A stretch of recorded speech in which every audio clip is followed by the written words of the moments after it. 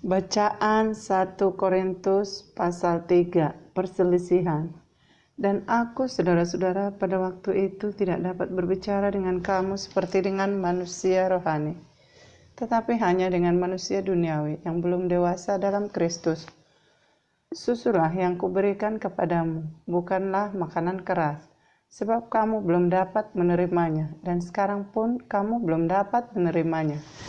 Karena kamu masih manusia duniawi, sebab jika di antara kamu ada iri hati dan perselisihan, bukankah hal itu menunjukkan bahwa kamu manusia duniawi dan bahwa kamu hidup secara manusiawi? Karena jika yang seorang berkata, aku dari golongan Paulus, dan yang lain berkata, aku dari golongan Apolos, bukankah hal itu menunjukkan bahwa kamu manusia duniawi yang bukan rohani? Jadi apakah Apolos, apakah Paulus, pelayan-pelayan Tuhan yang olehnya kamu menjadi percaya, masing-masing menuju jalan yang diberikan Tuhan kepadanya.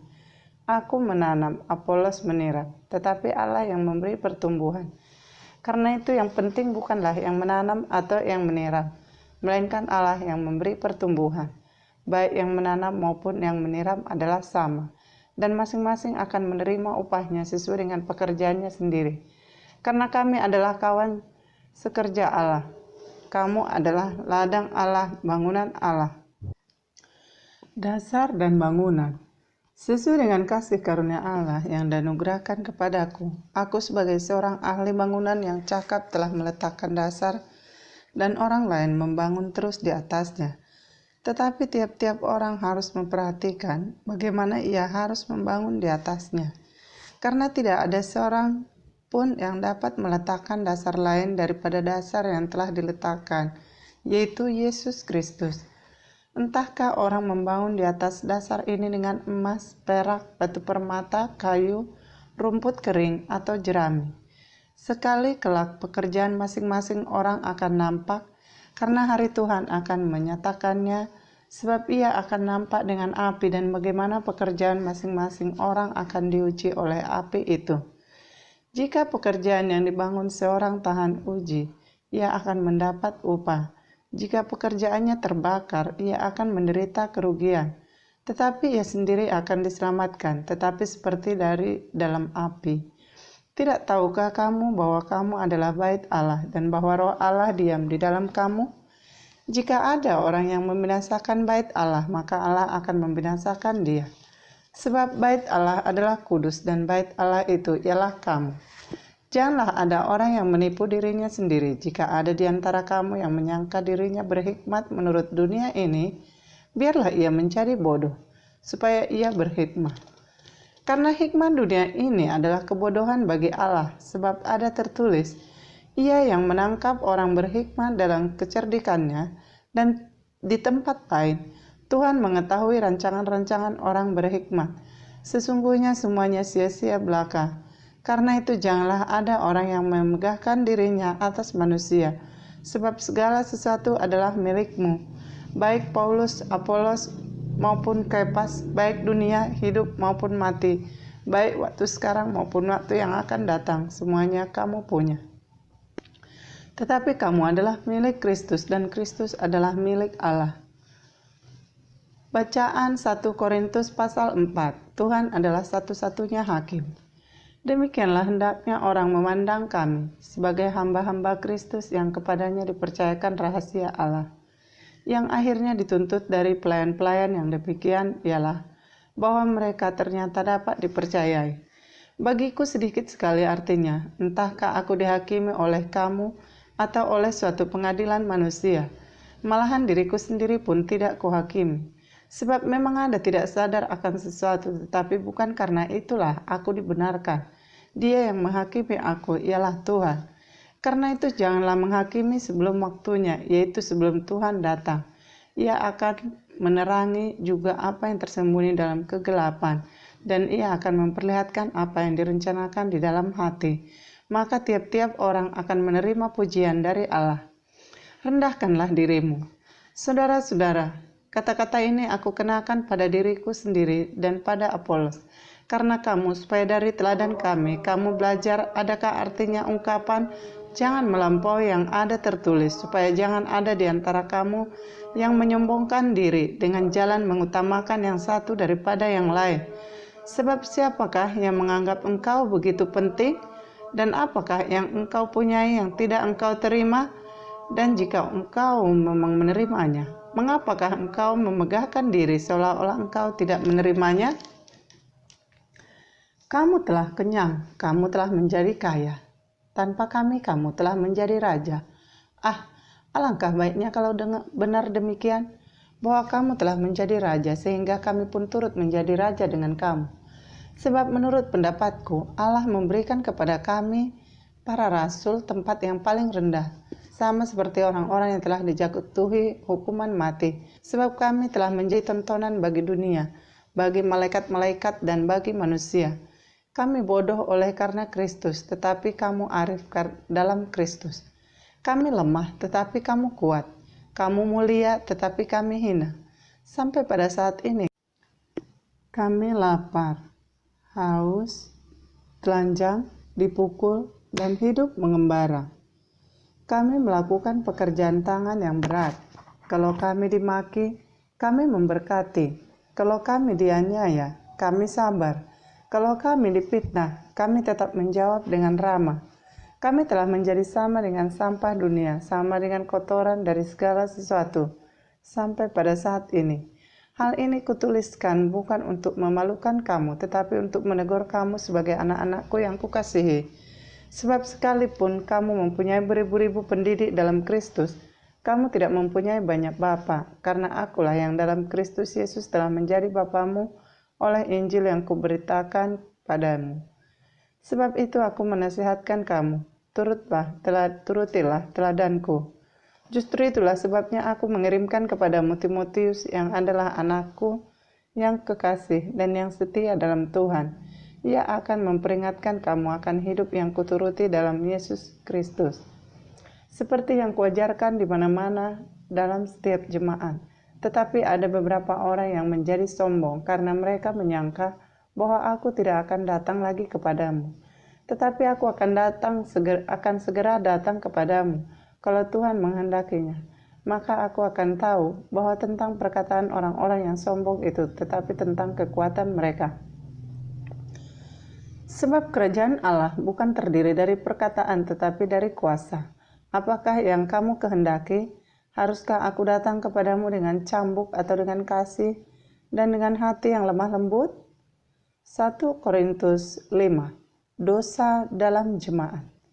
Memang orang mendengar bahwa ada pencabulan di antara kamu, dan pencabulan yang begitu rupa seperti yang tidak terdapat sekalipun di antara bangsa-bangsa yang tidak mengenal Allah, yaitu bahwa ada orang yang hidup dengan istri ayahnya. Sekalipun demikian kamu sombong. Tidaklah lebih patut kamu berduka cita dan menjauhkan orang yang melakukan hal itu dari tengah-tengah kamu? Sebab aku, sekalipun secara badani tidak hadir, tetapi secara rohani hadir. Aku sama seperti aku hadir telah menjatuhkan hukuman atas dia yang telah melakukan hal yang semacam itu. Bila mana kita berkumpul dalam roh, kamu bersama-sama dengan aku, dengan kuasa Yesus Tuhan kita. Orang itu harus kita serahkan dalam nama Tuhan Yesus kepada iblis, sehingga binasa tubuhnya, agar rohnya diselamatkan pada hari Tuhan. Kemegahanmu tidak baik. Tidak tahukah kamu bahwa sedikit ragi mengkamiri seluruh adonan? Buanglah ragi yang lama itu, supaya kamu menjadi adonan yang baru. Sebab kamu memang tidak beragi. Sebab anak domba Paskah kita juga telah disembelih, yaitu Kristus. Karena itu marilah kita berpesta, bukan dengan ragi yang lama, bukan pula dengan ragi keburukan dan kejahatan, tetapi dengan roti yang tidak beragi, yaitu kemurnian dan kebenaran. Dalam suratku telah kutuliskan kepadamu supaya kamu jangan bergaul dengan orang-orang cabul. Yang aku maksudkan bukanlah dengan semua orang cabul pada umumnya dari dunia ini, atau dengan semua orang kikir dan penipu, atau dengan semua penyembah berhala. Karena jika demikian kamu harus meninggalkan dunia ini. Tetapi yang kutuliskan kepada kamu ialah supaya kamu jangan bergaul dengan orang yang sekalipun menyebut dirinya saudara adalah orang cabul, kikir, penyembah berhala, pemfitnah, pemabuk, atau penipu.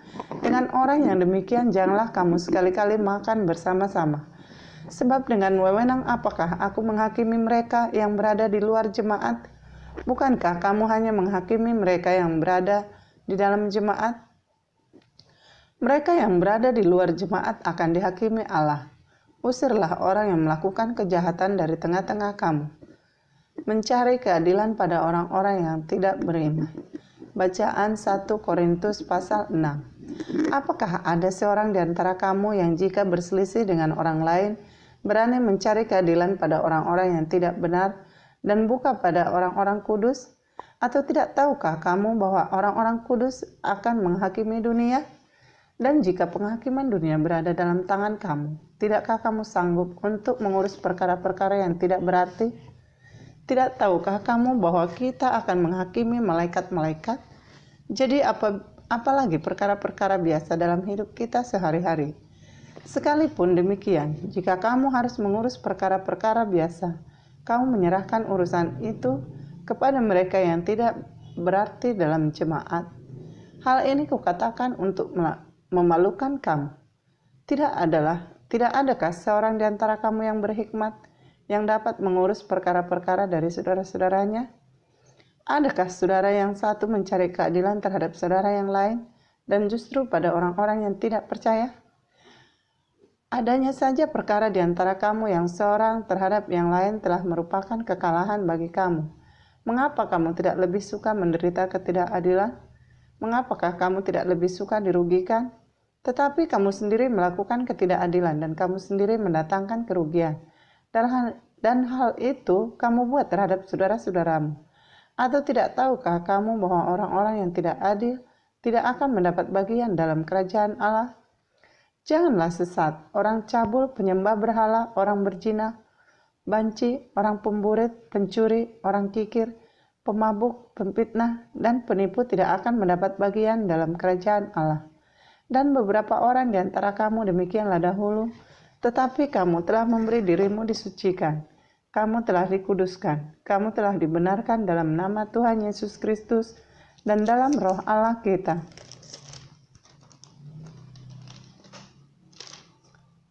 Segala sesuatu halal bagiku, tetapi bukan semuanya berguna. Segala sesuatu halal bagiku, tetapi aku tidak membiarkan diriku diperhamba oleh suatu apapun. Makanan adalah untuk perut dan perut untuk makanan, tetapi kedua-duanya akan dibinasakan Allah. Tetapi tubuh bukanlah untuk percabulan, melainkan untuk Tuhan, dan Tuhan untuk tubuh. Allah yang membangkitkan Tuhan akan membangkitkan kita juga oleh kuasa-Nya. Tidak tahukah kamu bahwa rohmu adalah anggota Kristus? Tidak tahukah kamu bahwa tubuhmu adalah anggota Kristus? Akan kuambilkah anggota Kristus untuk menyerahkannya kepada percabulan? Sekali-kali tidak. Atau tidak tahukah kamu bahwa siapa yang mengikatkan dirinya pada perempuan cabul menjadi satu tubuh dengan dia? Sebab demikianlah kata Nas, keduanya akan menjadi satu daging. Tetapi siapa yang mengikatkan dirinya pada Tuhan menjadi satu roh dengan dia? Jauhkanlah dirimu dari pencabulan. Setiap dosa lain yang dilakukan manusia terjadi di luar dirinya. Tetapi orang yang melakukan percabulan berdosa terhadap diri sendiri. Atau tidak tahukah kamu bahwa tubuhmu adalah bait Roh Kudus yang diam di dalam kamu, Roh Kudus yang kamu peroleh dari Allah, dan bahwa kamu bukan milik kamu sendiri? Sebab kamu telah dibeli dan harganya telah lunas dibayar. Karena itu, muliakanlah Allah dengan tubuhmu. Bacaan 1 Korintus pasal 7 tentang perkawinan. Dan sekarang tentang hal-hal yang kamu tuliskan kepadaku adalah baik bagi laki-laki kalau ia tidak kawin. Tetapi mengingat bahaya percabulan, baiklah setiap laki-laki mempunyai istrinya sendiri dan setiap perempuan mempunyai suaminya sendiri. Hendaklah suami memenuhi kewajibannya terhadap istrinya. Demikian pula istri terhadap suaminya. Istri tidak berkuasa atas tubuhnya sendiri, tetapi suaminya. Demikian pula suami tidak berkuasa atas tubuhnya sendiri, tetapi istrinya. Janganlah kamu saling menjauhi, kecuali dengan persetujuan bersama untuk sementara waktu, supaya kamu mendapat kesempatan untuk berdoa. Sesudah itu hendaklah kamu kembali hidup bersama-sama, supaya iblis jangan menggoda kamu karena kamu tidak tahan bertarak. Hal ini kukatakan kepadamu sebagai kelonggaran, bukan sebagai perintah. Namun demikian, alangkah baiknya kalau kamu seorang seperti aku, kalau semua orang seperti aku, tetapi setiap orang menerima dari Allah karunia-Nya yang khas, yang seorang karunia ini, yang lain karunia itu. Tetapi kepada orang-orang yang tidak kawin dan kepada janda-janda aku anjurkan, supaya baiklah mereka tinggal dalam keadaan seperti aku. Tetapi kalau mereka tidak dapat menguasai diri, baiklah mereka kawin. Sebab lebih baik kawin daripada hangus karena hawa nafsu. Kepada orang-orang yang telah kawin, bukan aku tetapi Tuhan, perintahkan supaya seorang istri tidak boleh menceraikan suaminya. Dan jikalau ia bercerai, ia harus tetap hidup tanpa suami atau berdamai dengan suaminya. Dan seorang suami tidak boleh menceraikan istrinya. Kepada orang-orang lain aku bukan Tuhan, katakan, kalau ada seorang saudara beristrikan seorang yang tidak beriman dan perempuan itu mau hidup bersama-sama dengan dia, janganlah saudara itu menceraikan dia. Dan kalau ada seorang istri bersuamikan seorang yang tidak beriman dan laki-laki itu mau hidup bersama-sama dengan dia, janganlah ia menceraikan laki-laki itu. Karena suami yang tidak beriman itu dikuduskan oleh istrinya, dan istri yang tidak beriman itu dikuduskan oleh suaminya. Andai kata tidak demikian, niscaya anak-anakmu adalah anak cemar, tetapi sekarang mereka adalah anak-anak kudus. Tetapi kalau orang yang tidak beriman itu mau bercerai, biarlah ia bercerai. Dalam hal yang demikian, saudara atau saudari tidak terikat, tetapi Allah memanggil kamu untuk hidup dalam damai sejahtera.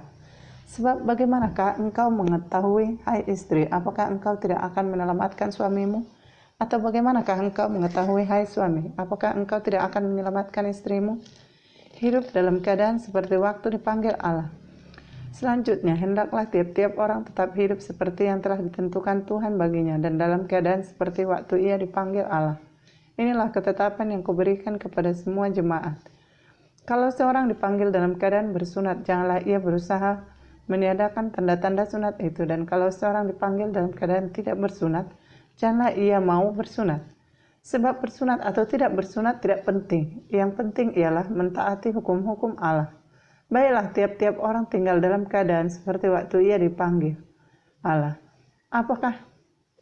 Adakah engkau hamba waktu engkau dipanggil? Itu tidak apa-apa, tetapi jikalau engkau mendapat kesempatan untuk dibebaskan, pergunakanlah kesempatan itu. Sebab seorang hamba yang dipanggil oleh Tuhan dalam pelayanannya adalah orang bebas, milik Tuhan. Demikian pula orang bebas yang dipanggil Kristus adalah hambanya. Kamu telah dibeli dan harganya telah lunas dibayar. Karena itu janganlah kamu menjadi hamba manusia. Saudara-saudara, hendaklah tiap-tiap orang tinggal di hadapan Allah dalam keadaan seperti pada waktu ia dipanggil. Sekarang tentang para gadis. Untuk mereka aku tidak mendapat perintah dari Tuhan, tetapi aku memberikan pendapatku sebagai seorang yang dapat dipercayai karena rahmat yang diterimanya dari Allah. Aku berpendapat bahwa mengingat waktu darurat sekarang adalah baik bagi manusia untuk tetap dalam keadaannya. Adakah engkau terikat pada seorang perempuan? Janganlah engkau mengusahakan perceraian. Adakah engkau tidak terikat pada seorang perempuan? Janganlah engkau mencari seseorang. Tetapi kalau engkau kawin, engkau tidak berdosa. Dan kalau seorang gadis kawin, ia tidak berbuat dosa. Tetapi orang-orang yang demikian akan ditimpa kesusahan badani, dan aku mau menghindarkan kamu dari kesusahan itu. Saudara-saudara, inilah yang kumaksudkan, yaitu waktu telah singkat. Karena itu dalam waktu yang masih sisa ini, orang-orang yang beristri harus berlaku seolah-olah mereka tidak beristri. Dan orang-orang yang menangis seolah-olah tidak menangis. Dan orang-orang yang bergembira seolah-olah tidak bergembira. Dan orang-orang yang membeli seolah-olah tidak memiliki apa yang mereka beli. Pendeknya orang-orang yang mempergunakan barang-barang duniawi seolah-olah sama sekali tidak mempergunakannya. Sebab dunia seperti yang kita kenal sekarang akan berlalu. Aku ingin supaya kamu hidup tanpa kekhawatiran. Orang yang tidak beristri memusatkan perhatiannya pada perkara Tuhan, bagaimana Tuhan berkenan kepadanya. Orang yang beristri memusatkan perhatiannya pada perkara duniawi, bagaimana ia dapat menyenangkan istrinya. Dan dengan demikian perhatiannya terbagi-bagi. Perempuan yang tidak bersuami dan anak-anak gadis memusatkan perhatian mereka pada perkara Tuhan, supaya tubuh dan jiwa mereka kudus. Tetapi perempuan yang bersuami memusatkan perhatiannya pada perkara duniawi. Bagaimana ia dapat menyenangkan suaminya? Semuanya ini kukatakan untuk kepentingan kamu sendiri, bukan untuk menghalang-halangi kamu dalam kebebasan kamu, sebaliknya, supaya kamu melakukan apa yang benar dan baik, dan melayani Tuhan tanpa gangguan. Tetapi jikalau seorang menyangka bahwa ia tidak berlaku wajar terhadap gadisnya, jika gadisnya itu telah bertambah tua dan ia benar-benar merasa bahwa mereka harus kawin, baiklah mereka kawin. Kalau ia menghendakinya, hal itu bukan dosa.